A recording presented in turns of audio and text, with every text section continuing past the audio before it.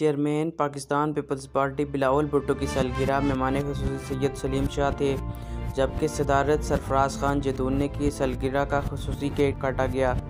تقریب کا اہتمام پیپلز سیکریٹریٹ ایبٹ آباد میں کیا گیا۔ پیپلز پارٹی عہدیداران کارکن کی کثیر تعداد شریک ہوئی۔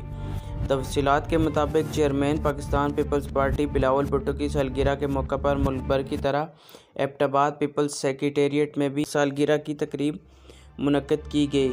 تقریب کے مہمان خصوصی صدر پارٹی رہنما امیدوار برائے صوبائی اسمبلی سید سلیم شاہ تھے، جبکہ تقریب کی صدارت زیر صدر سرفراز خان جدون نے کی۔